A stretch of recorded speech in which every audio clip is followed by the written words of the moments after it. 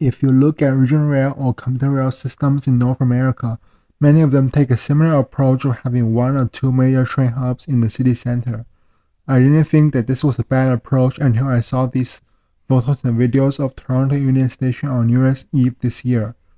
With a single train hub, almost all GO train riders coming and leaving the downtown Toronto area will have to use the Union Station, causing the station to be overcrowded.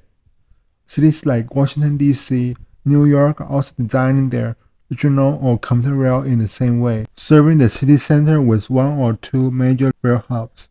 A better approach to designing regional or commuter rail systems would be to build what I like to call secondary stations or shoulder stations. Take Philadelphia as an example. The SEPTA commuter rail has not one, not two, but three stations in the center city area: 30th Street, Suburban, and Jefferson. The great thing about this type of system design is that riders could be distributed across multiple stations, preventing all riders coming and leaving the city squeezing into one central hub. Another advantage is it could avoid detours for many riders and provide transit access to underserved neighborhoods.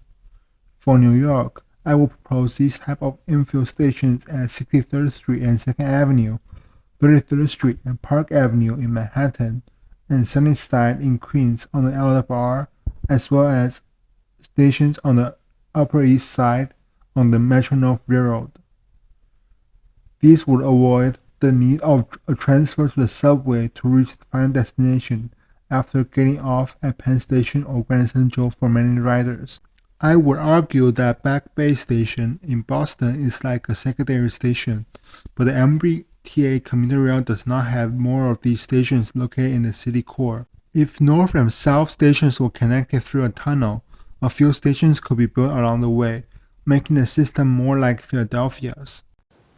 Long Island City and Hunters Point Avenue could play a similar role as secondary stations on the LIRR if it was served not only during rush hours by diesel trains. These stations don't have to be huge hubs like the major stations the city already has. They will likely be intermediate stops and may not need to be served by all trains, so a small or medium-sized station will be enough. While secondary stations are what I think is needed at the city core, there is a type of transit line that can speed up your commute on your way. Learn all about it in the video shown on the screen. Thanks for watching, and I'll see you over in that video.